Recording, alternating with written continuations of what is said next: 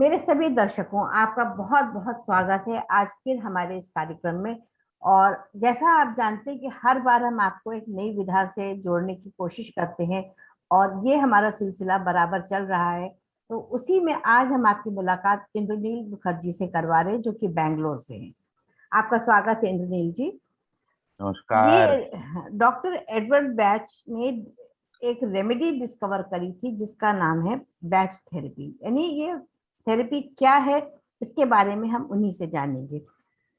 10 साल पहले उनको इस थेरेपी के बारे में कोई भी आइडिया नहीं था कि ये किस तरीके से फ्लावर्स जो होते हैं वो जिंदगी में हमें आगे बढ़ा सकते हैं, या फ्लावर्स के थ्रू भी थेरेपी होती है। होम्योपैथी में हमने सुना था कि जितने भी पेड़ पौधे हैं उन्हीं से वो दवाइयां बनती हैं, लेकिन बैच थेरेपी के बारे में बहुत कम लोगों को जानकारी है, और ये बहुत डीपर लेवल पे काम करती है, जो कि हम लोगों को जानना बहुत जरूरी है। उन्होंने कुछ गाइडेंस लिया, कुछ उनकी अपनी विजडम थी, कुछ उनके अपने इंट्यूशंस थे, जिसके द्वारा उन्होंने इसके ऊपर बहुत काम करा, और धीरे धीरे धीरे इसमें उनको सोल्यूशंस मिलते चले गए, और वो जीवन में अग्रसर होते चले गए। सबसे पहले उन्होंने ये थेरेपी अपने आप के लिए 2015 में शुरू करी थी। उसके बाद 2019 से वो पब्लिकली फॉर्मली जो है वो सामने आए हैं, और लोगों को ऑनलाइन सिखाते भी हैं, और इसका उनको बहुत सारे लोगों को बेनिफिट भी मिलता है। तो इसके लिए उन्होंने क्या, इसमें क्या होता है कि जो हमारे सेलुलर लेवल पे जो बहुत इंटीरियर में जो हमारे ब्लॉकेजेस होते हैं, वो उनके क्लाइंट्स ने देखा कि वो धीरे धीरे किस तरह से रिमूव होते हैं, और उसके द्वारा किस तरह उनको बेनिफिट मिला है। ये इसकी सबसे ज्यादा खूबसूरत चीज होती है। ये एक renowned therapist not only in Bangalore but the world over. He is internationally accredited by IPHM UK। वहां से भी उनको इसका रिकॉग्निशन मिला हुआ है, और वो बहुत अच्छे से काम कर रहे हैं। 20 साल का उनका कंसल्टिंग का और कोचिंग का एक्सपीरियंस है। तो देखिए कितने एक्सपीरियंस लोग आ रहे हैं, जिनका आप पूरी तरह से ज्ञान का उनका लाभ उठा सकते हैं। He also comes with a rich background and exposure to applied behavior sciences by virtue of his journey with ISABS 1987-2003 तक उन्होंने अपना करा है। He is also certified Gestalt therapist। तो इस तरीके से उन्होंने बहुत सारे काम करे हैं, और वो ऑनलाइन कोर्सेज भी लेते हैं, जिससे कि आप अपना बेनिफिट ले सकते हैं, उनसे सीख सकते हैं, उनसे आप कंसल्टेशन ले सकते हैं। तो बाकी जो कुछ है हम उन्हीं के द्वारा जानेंगे। तो वेलकम इंद्रनील जी। आप हमारे दर्शकों को सबसे पहले तो यही बताएं कि जो बैच थेरेपी पे आप काम कर रहे हैं वो किस प्रकार से काम करती है, और लोगों का किस प्रकार से उनको फायदा मिल सकता है। हाँ, तो धन्यवाद लेखा जी, ये जो हमको अवसर मिला है लोगों को बताने के लिए, क्योंकि बैच फ्लावर रेमेडी जिससे हम थेरेपी करते हैं ये काफी नया है। नया मतलब इस हिसाब से मैं बोल रहा हूँ कि अर्ली 1900 से 1940 तक डॉक्टर एडवर्ड बैच ने शोध किया इसके ऊपर, और उन्होंने रेमेडीज निकाले। तो 38 रेमेडीज हैं। अब उसके बाद लोगों ने प्रैक्टिस शुरू किया। तो इंडिया में समझ लीजिए 40 साल हुए हैं केवल इसके प्रैक्टिस में। तो इसकी वजह से क्या हुआ है कि जानकारी इसके बारे में जो है लोगों में थोड़ी कम है। कम नहीं है, आपको हम यहाँ टोकेंगे है ही नहीं, जैसे हम ही हैं। इतनी मोडालिटीज हमने करी है, लेकिन इसके बारे में वास्तव में नहीं पता है मुझे भी। हाँ, लेकिन मैं ये बोलना चाह रहा हूं, अगर मैं कंपेयर करूं अदर कंट्रीज के साथ, there are 70 countries who are using Bach flower therapy और बैच फ्लावर रेमेडी।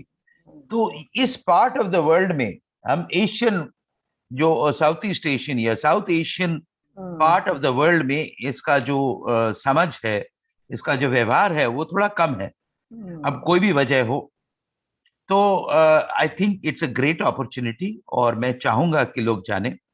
तो पहले आपने जो एक सवाल रखा था कि ये रेमेडी है क्या, तो पहले बैच फ्लावर थेरेपी क्या है। बैच फ्लावर थेरेपी में दो बातें हैं। एक साइड में रेमेडीज है, दूसरे साइड में कंसल्टेशन और उसका यूज है, राइट? Right, okay. हाँ, सो जैसे आप डॉक्टर के पास जाते हैं तो डॉक्टर आपको प्रेस्क्रिप्शन लिख के देता है, और वो दवा आप फार्मेसी से लेते हैं या फिर कहीं और से लेते हैं, ऑनलाइन ऑर्डर करते हैं।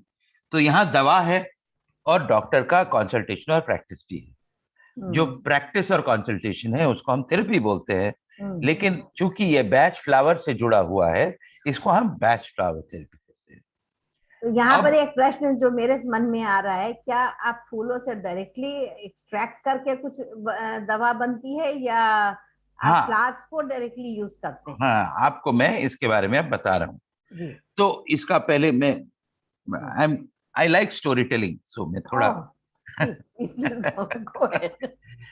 तो ये जो डॉक्टर एडवर्ड बैच थे, ये थोड़ा मतलब सेंसिटिव इंसान थे, बहुत ही इंट्यूटिव और सेंसिटिव थे, नेचुरलिस्ट भी थे। तो ये जाते थे, इंग्लैंड में रहते थे, ये खुद डॉक्टर थे, पैथोलॉजिस्ट थे उस टाइम, और हार्ले स्ट्रीट में उनका प्रैक्टिस जमा हुआ था बिल्कुल।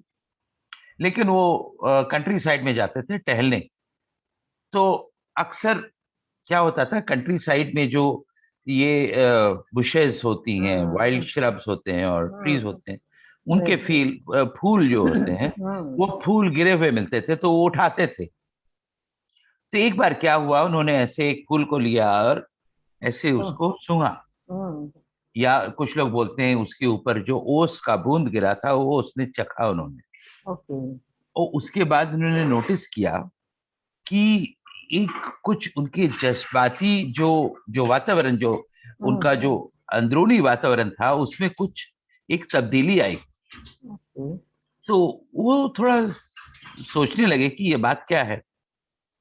तो उसके बाद से वो जाने लगे और कुछ फूलों को तोड़कर उनका एक्सट्रैक्ट बनाने लगे। कैसे बनाते थे, और वो आज भी जारी है।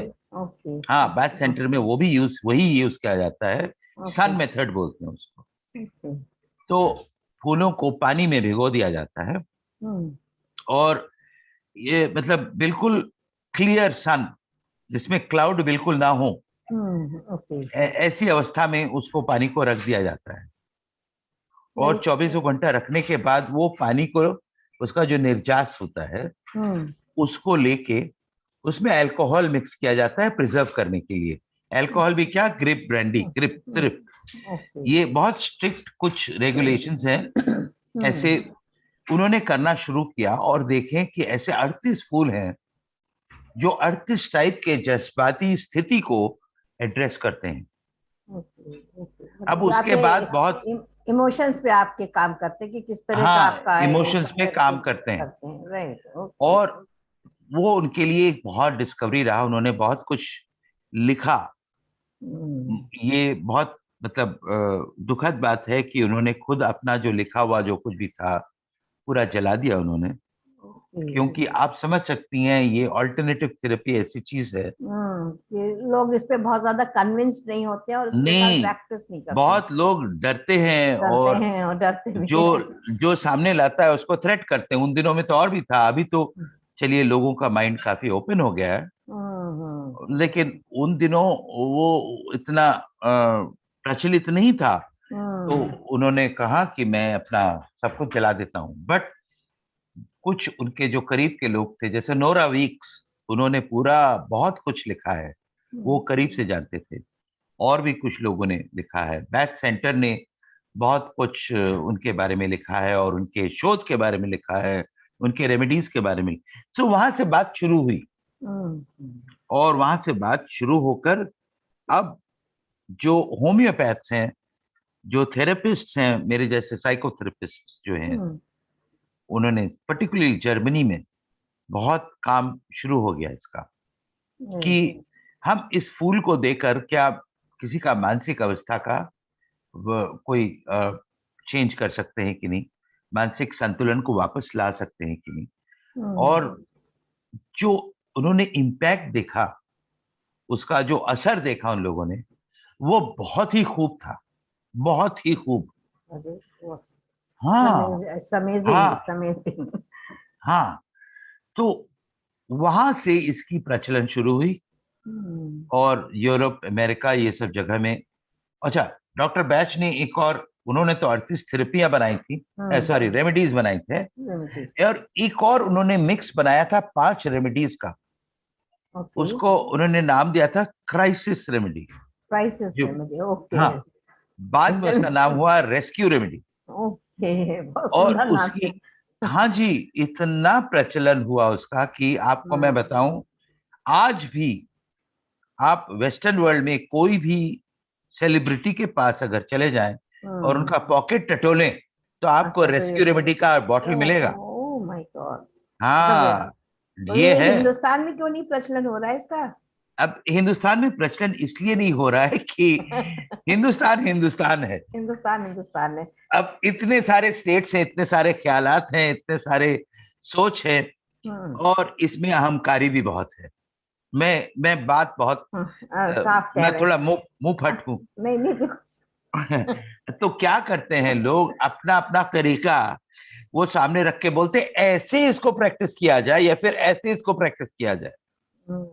अब ऐसा कुछ नहीं है।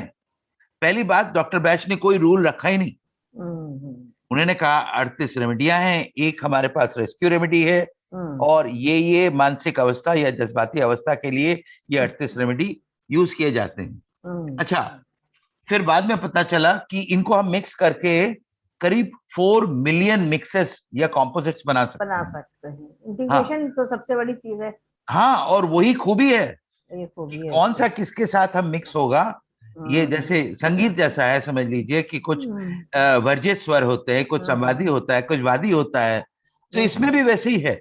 बिल्कुल सही बात। तो अब ये जो थेरेपिस्ट है वो अपना अपना बात चालू करने लगे और लोग भटकने लगे। सबसे बड़ी प्रॉब्लम की क्या हुई, ये मैं अभी बताना चाहूंगा। Thank you for leading me to this. कि लोगों ने सोचा कि ये सिर्फ ऊपरी स्तर में काम करती जो है। सिर्फ काम करते हैं। आज मुझे थोड़ी मायूसी महसूस हो रही है, तो इसके लिए मैं थोड़ा मस्टर्ड ले लेता हूँ। राइट। हाँ, तो मायूसी चली गई। एक हफ्ते बाद फिर वापस आ गई। हाँ, आज मेरे पेट में दर्द है तो इसके लिए मैं फलाना दवा ले लेता हूँ, बीच ले लेता हूँ या चेरी प्लम ले लेता हूँ, और इससे मेरा पेट का दर्द चला गया। एक हफ्ते क्या, 3 दिन बाद पेट का दर्द, उसके साथ और भी तकलीफें आ गई। तो किसी ने, किसी की बात तो मैं नहीं बोलूंगा, कुछ लोग हैं जो बहुत सोच वाले हैं, बहुत समझ वाले हैं, ये नहीं सोचा कि हर बीमारी का एक जड़ होता है, जड़ होती है। और वो जड़ हमारे अवचेतन में है, हमारे अनकॉन्शियस में है।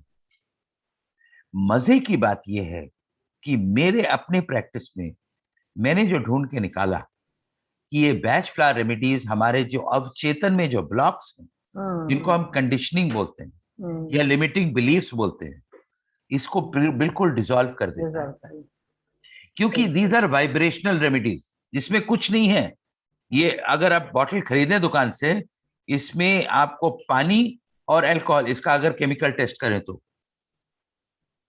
काम कैसे करता है? काम ऐसे करता है कि जैसे आप और हमारे जैसे लोग जो है, तो लिमिटेड बिलीफ से लोगों को बाहर निकालते हैं। बेसिक थिंग है कि द कंसल्टेशन।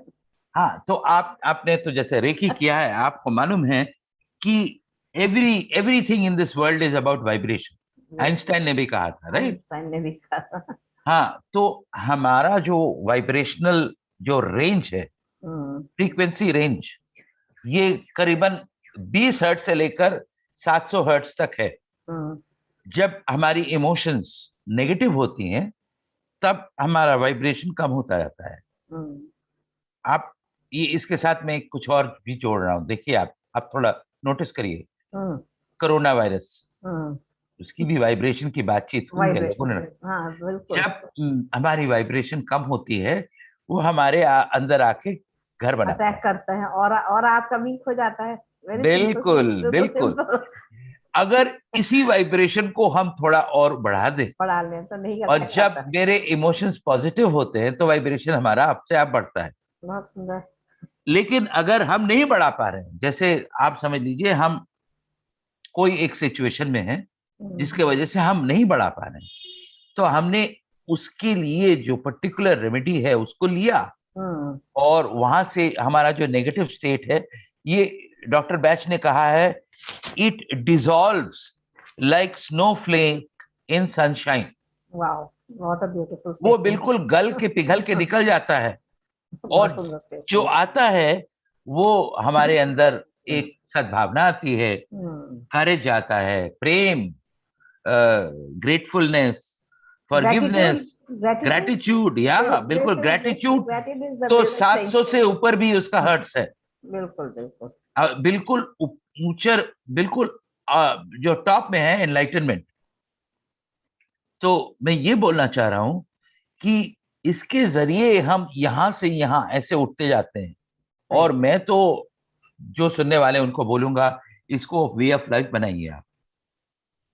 ये इसको बीमारी के लिए नहीं यूज करिए। पहली बात तो है, ये आप इसको प्रिवेंटिव या प्रोएक्टिव यूज करिए ताकि आपको बीमारी ना हो। दूसरी बात यह है कि इसमें कोई एडिक्टिव सब्सटेंस नहीं है, कोई केमिकल नहीं है कि साइड इफेक्ट्स हो। तो आप इसको जैसे पानी पीती हैं, सांस ले रही हैं, वैसे ही बैचलर लेती रहिए। उस वक्त के लिए आपको जो आपका जो बैचलर आपके सूट करता है वो लीजिए, या कॉम्बिनेशन ले लीजिए, लेते रहिए अपने आप। और इसमें एक मिस्टिकल बात भी है, आपको मैं बताता हूँ। ये मेरे प्रैक्टिस से मैंने देखा है कि आज समझ लीजिए मैं सुबह उठा और मुझे लगा कि मुझे व्हाइट चेस्टनट की जरूरत है, और वो नाम कहाँ से आया हमको नहीं मालूम। वो नाम मेरे दिमाग में अपने आप कहीं से आके बैठ गया, और मैंने 4 ड्रॉप या 5 ड्रॉप व्हाइट चेस्टनट ले लिया, और मेरा दिमाग बिल्कुल शांत हो गया। हाँ। तो इसमें एक चीज ये बताइए कि ये क्या इजीली अवेलेबल है मार्केट में, जो बैच की आपकी जो मेडिसिन सी कहलाई बिल्कुल जाएगी, बिल्कुल। Easily online, available? ऑनलाइन तमाम ऑनलाइन पोर्टल्स हैं जो बैच फ्लावर्स बेच रहे हैं, हैं, और डिस्काउंट उसमें में बेच रहे हैं। नहीं तो उसमें ये क्या वो जेन्युइन है? हाँ, तो जेन्युइन है। इसमें एक चीज आपको थोड़ा याद रखना है कि इंडिया में जो बैच फ्लावर बिकते हैं वो रेडी टू यूज होते हैं, यानी कि अच्छा, वो यूके में जो इंपोर्टेड या ओरिजिनल बैच फ्लावर होता है, वो समझ लीजिए टिंचर है, मदर टिंचर। वो मदर टिंचर है, ओके। हाँ जी। तो उसको अब डाइल्यूट करना पड़ता उसको होगा। डाइल्यूट करके यहाँ मिलता है। अच्छा, वो अब डाइल्यूटेड यहाँ मिलता है, हाँ, तो अब that is ready dilution two, में वो कितना ड्रॉप ऑफ ओरिजिनल यूज कर रहे हैं, ये नहीं वो पता। बहुत बड़ी बात है। इसीलिए मैंने कहा, क्योंकि ये चीज ऐसे से होम्योपैथिक मेडिसिन में भी हम लोग क्या करते हैं कि वे एक जो रिनाउंड कंपनी है, जैसे एसबीएल की कंपनी है, हाँ हाँ हाँ, तो यहाँ भी उनके वैसे ही साथ है। जाते हैं तो हाँ लगता है कि जो मेडिसिन हमको मिल रही है वो जेन्युइन है। तो हाँ इसी तरह इसके लिए भी होना चाहिए कि अगर लोग उससे कनेक्ट होना चाहें तो हाँ एक तो कंसल्टेंट चाहिए ही आपको, जो आपको बता सके कि किस तरह से क्या यूज करना है आपको। हाँ। तो मैं आपको बताता हूँ कुछ रेमेडीज जो मैंने यूज किए हैं, कुछ ब्रांड्स के, जी। जो मुझे ठीक लगे, और मुझे लगता नहीं है कि उसमें कोई गलत बात है। सबसे ऊपर जो मैं आजकल यूज कर रहा हूँ, हैनीमैन बोल के, HP, वो हीलिंग हर्ब्स जो ओरिजिनल रेमेडी है उसका ही डाइल्यूशन है। तो हैनीमैन की और तो पहले होम्योपैथिक मेडिसिन भी आया करती हाँ थी। हाँ, अभी वो बैच फ्लावर भी है। अच्छा, हाँ। ओके। तो एक और है भंडारी बोल के, उनका भी काफी अच्छा है, मैंने यूज किया है।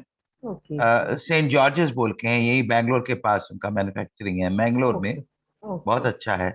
न्यू लाइफ, वो भी काफी अच्छा है। तो जो भी अच्छे ब्रांडेड हैं वो कोई भी यूज कर सकते हैं, कोई उसमें उसमें कोई दिक्कत नहीं है। कोई दिक्कत नहीं है। ओके, तो अब इसके लिए भी एक डॉक्टर चाहिए जो बताए कि आपको किस पर्टिकुलर रेमेडी की या कौन से फ्लावर की आपको जरूरत है। हाँ, तो इसके लिए थेरेपिस्ट की जरूरत है, क्योंकि जैसे मैंने शुरू में आपको बताया कि ये हम सिंगल रेमेडीज नॉर्मली नहीं लेते हैं। जैसे आपको फिर संगीत का ही बोलूं कि मैं सिर्फ अगर गंधार को बोला तो उससे संगीत नहीं बनती है। संगीत नहीं बनेगा। हाँ, तो एक राग बनने के लिए कुछ स्वरों का स्वरों मिश्रण का होता, मिश्रण होना मेल चाहिए। होना।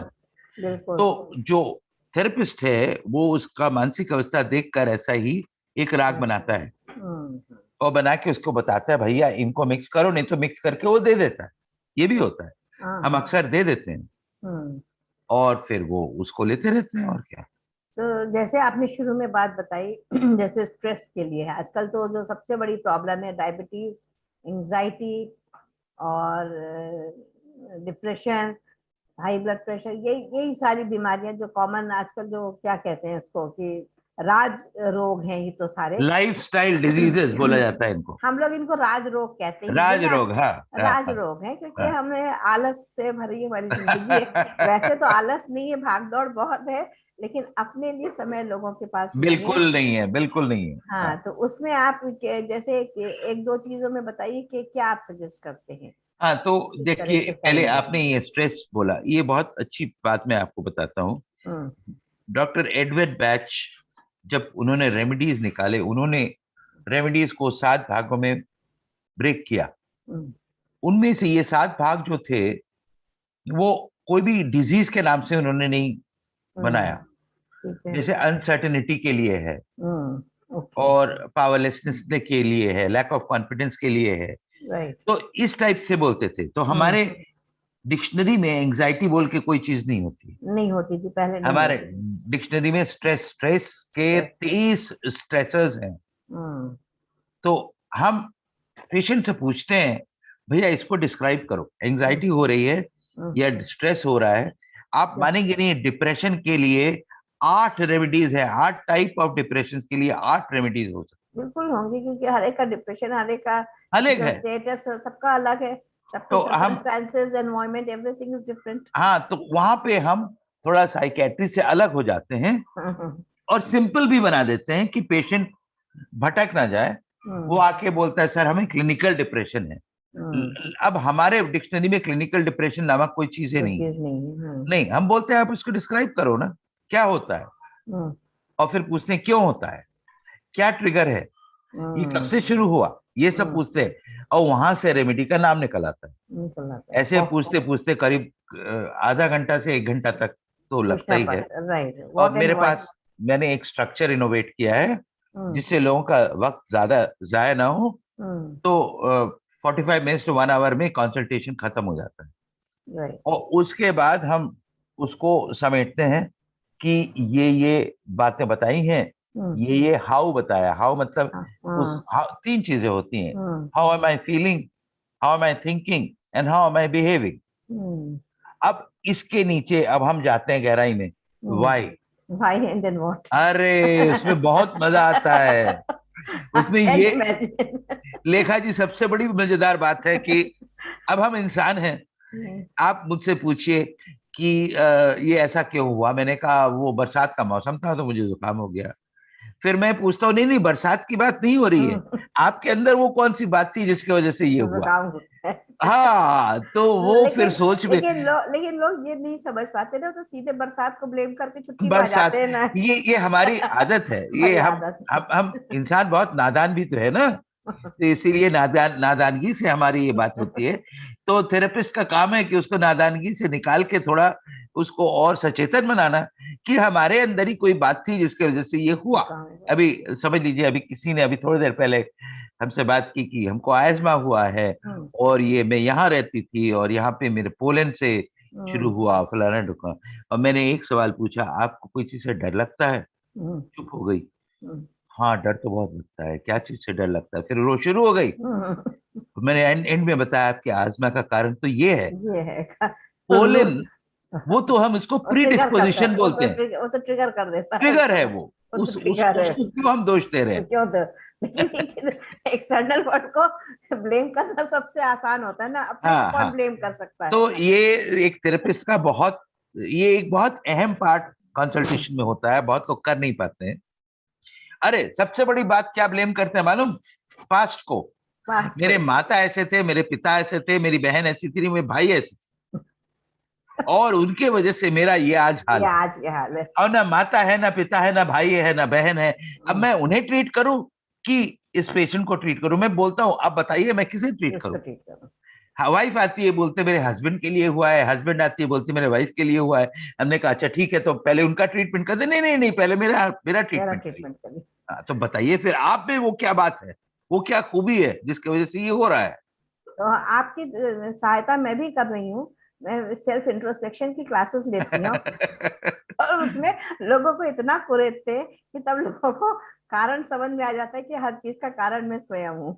हाँ बिल्कुल बिल्कुल। और वो एक समझ, ऐसी समझ है, आपको तो मालूम है हमारी चेतना जो है हम्म, वो ऐसी चीज है, एक बार वो जागरूक हो जाए उसी से तो आधी हीलिंग हो जाती हाँ जी, हो जाता है ना। बिल्कुल।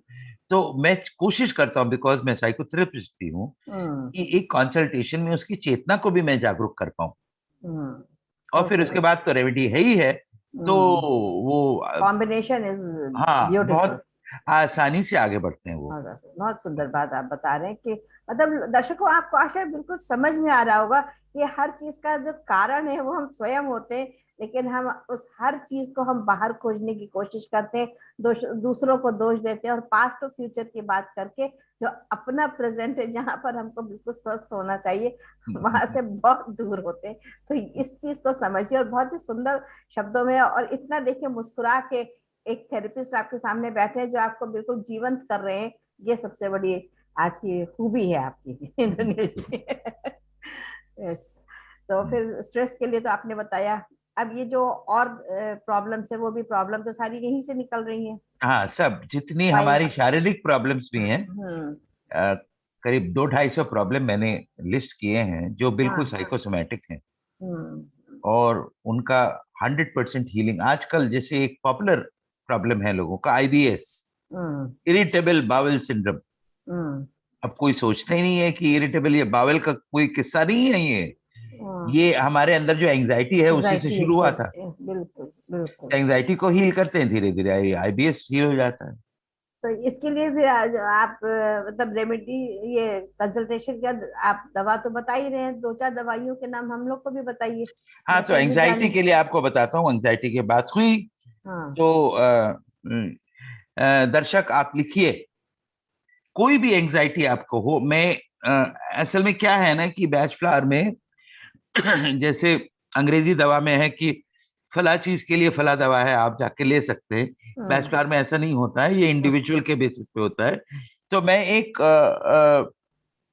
कॉमन हम्म। कुछ रेमेडीज बता रहा हूँ, जी। लेकिन वो उसको थोड़ा ट्वीक और कस्टमाइज करना पड़ सकता है, बट राइट। ये रेमेडीज भी काम करेंगे। आप लिखिए, अगर आपको एंजाइटी हो तो मिम्यूलस पहला रेमेडी, मिन्यूलस। मिम्यूलस। मिन्यूलस, ओके। हाँ, दूसरा रेमेडी है रॉक रोज। रॉक रोज मिम्यूलस है, हमारे अंदर जो डर रहता है, कोई एक स्पेसिफिक चीज का डर, हम्म। छिपकली से डर है, बहुत ज्यादा। या लिफ्ट कॉकरोच। कॉकरोच। या लिफ्ट से उतरने में या चढ़ने में डर बहुत लगता है, ज्यादा, हाँ। ये सब मिम्यूलस संभालता है।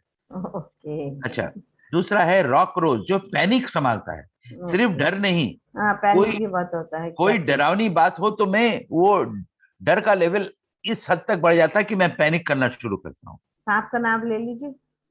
हाँ, सांप का नाम ले हाँ, लीजिए। सांप सांप, हाँ, सांप समझ लीजिए, वो पैनिक शुरू हो जाता पैनिक शुरू हो जाता है। है। तो राइट। मिमिलस, रॉक रोज। एक होता है चेरी प्लम, जब हम अपने आपे में नहीं रहते हैं, जब हमारा माइंड का कंट्रोल निकल गया है कंप्लीटली, हम उस पैनिक के कब्ज में आ जाते हैं, हम्म। तो वो चेरी प्लम की जरूरत होती है चेरी ताकि मैं प्लम। कंट्रोल वापस ले पाऊं। ओके। ठीक है। हम्म। दूसरा है व्हाइट चेस्टनट। ये व्हाइट चेस्टनट बड़ी खूबी वाली रेमेडी है। व्हाइट चेस्टनट को हम बोलते हैं मेडिटेशन इन अ बॉटल। ओके। ये क्या है, हमारा जो रैंडम सोच है ना दिमाग में, हम्म। हम्म। उसको बंद कर देता है, बिल्कुल काट देता है। ओके। अब ये देखिए एंजाइटी होती शुरू कैसे होती है, आप थोड़ा देखिए इसको, हम्म। गौर फरमाइए कि एक सोच से ही शुरू होती है, और जैसे जैसे सोच हमारा बढ़ता जाता है, हम्म। एंजाइटी भी उतना इंटेंस होता जाता है। तो अगर मैं उसके जड़ को काट दूं, सोच को ही काट दूं, हम्म। तो पहले तो उसके जो सिम्टम्स हैं, जो डर वाले सिम्टम्स हैं, वो खत्म हो जाएंगे। वो खत्म हो गए, और सोच कट कट गया, तो हम्म। एंजाइटी का कंटिन्यूएशन भी कट गया। बिल्कुल, और क्या, जब जड़ी कट गई तो फिर वो उसका कोई मतलब ही बिल्कुल, नहीं होता है। अब वो सबसे गया। जो लेकिन सब्सिक्वेंट थॉट्स हैं वो सारे खत्म हो गए, आपने वहां पे से हाँ, जड़ काट दिया लेकिन उसको। यहाँ एक बात बतानी बहुत जरूरी है, हम्म। एंजाइटी ऐसी बीमारी है जो एक बार लेने से नहीं होता, या एक हफ्ता लेने से नहीं होता, सालों लग जाते हैं, हम्म। क्योंकि ये सालों से बनी हुई है। हम्म। अच्छा, एक और रेमेडी मैं आपको बताता हूँ, रेड चेस्टनट। स्पेशली ये जो घर में हमारी जो माँ है या जो केयर टेकर्स, जो केयर गिवर्स होते हैं हमारे घर में, उनको बहुत चिंता लगी रहती है अपने प्रियजनों का, तो उससे एंजाइटी होती है। तो अभी वो तक घर रेड, नहीं आए, अभी तक घर नहीं हाँ आया, अभी तक घर नहीं आए, अभी तक खाना नहीं वो खाया, खाया कि नहीं खाया। बेटा मालूम नहीं किन किन लोगों से मिल रहा है, कोविड का इन्फेक्शन लेके वापस ना आ जाए। हाँ, ये भी डर बहुत ज्यादा आजकल हाँ, होता है। तो ये है रेड चेस्टनट। रेड चेस्टनट, हाँ, ओके। और इसके अलावा एक बहुत ही अहम रेमेडी होता है जो है एस्पिन। एस्पिन, ओके। एस्पिन इस टाइप का डर होता है कि कुछ नहीं है डरावना मेरे सामने, फिर भी मुझे डर लग रहा है। लग रहा है हार्ट बीट एक बढ़ा। यहाँ पे एक हाँ, थ्रॉबिंग तकलीफ होती है होती हार्ट पे, है। हाँ। हाँ, सांस लेने में बहुत फ्रीक्वेंट ब्रेथलेसनेस होता है, ब्रेथलेसनेस होता है, राइट। That is एस्पिन। उसको भी निकालना बहुत जरूरी होता है, बिकॉज हर डर का दो पहलू होता है, एक जिसको हम जानते हैं, एक जिसको हम नहीं नहीं जानते, जानते, और राइट। दोनों एक साथ आते हैं। सही तो बात ये है। जब हम इसको मिश्रित करते हैं और हम लेते हैं, तो धीरे धीरे धीरे धीरे हमारा इसमें एंजाइटी कम होता है। तो कम होता है और इसमें फिर चला जाता है। अब इसमें ये बताइए, जैसे होम्योपैथिक में पोटेंसीज होती हैं किसी भी नहीं, इसमें नहीं इसमें होती। ऐसा कुछ नहीं होता नहीं इसमें। नहीं जैसे नहीं जैसे आपने एक बॉटल मंगाई, आपने जैसे रेड चेस्टनट का नाम लिया, तो उसमें से कितना लेना पड़ता है, हाउ हाँ, मच तो अगर क्वांटिटी? बस इंडिया में बहुत सिंपल है, हम्म रेडी टू यूज रेमेडीज मिलते हैं। हम्म जैसे 5 रेमेडी बोला आपको हम्म मैंने, हम्म और बॉटल 30 ml का है, हम्म सो 30 / 5 यानी कि 6 ml। हर एक 6 रेमेडी का 6 ml उसमें डाल दीजिए और आपका मिक्स तैयार। मिक्स तैयार हो हाँ, गया, ओके। और तो वो एक उसको उसको हम एक ग्लास में मिक्स कर लें, नॉट एक इन द एक वाटर, मतलब उसको डायरेक्टली नहीं उसको सिक्स नहीं, एम एल आप डायरेक्टली भी ले सकते हैं, The 6 लेकिन ml, if you have to mix, take a glass and put 6 नहीं, ml of बस बिल्कुल हाँ, डायरेक्टली उसमें कोई वाटर नहीं मिक्स करना वाटर है। नहीं मिक्स करना है, नहीं ओनली डायरेक्टली उसको हम ले सकते हैं, यूज करते हैं। नहीं, और डायरेक्टली मिक्स कर सकते हैं। हाँ, वही मैंने कहा, आ- मिक्स कर लें, हाँ अब यूज करने के लिए हाँ हम एक थोड़ा सा पानी लेते हैं 1 कप में, हाँ, क्योंकि ये अल्कोहल बेस होता है तो इट कैन बी जबान, शार्प हाँ, ऑन द टंग। हाँ, राइट, ओके, तो वो थोड़ा सा मिक्स करके उसमें 4-5 ड्रॉप डाल लिया कर हमने, लिया, और हाँ, हमने सिप कर लिया। ये ओके, सिप ओके, करना बहुत जरूरी है। पानी जैसा घोट नहीं लेना चाहिए, क्योंकि ये हमारे पेट से नहीं काम करता हाँ, है, ये वाइब्रेशनल है। वाई ये हमारे सेलुलर अपर पैलेट, अपर अपर पैलेट, हाँ जी पैलेट, बिल्कुल आपने सही कहा, उसके नर्व से सीधा सेंट्रल नर्वस सिस्टम सेंट्रल में जाता नर्वस सिस्टम में जाता है, that is the way of using that. है।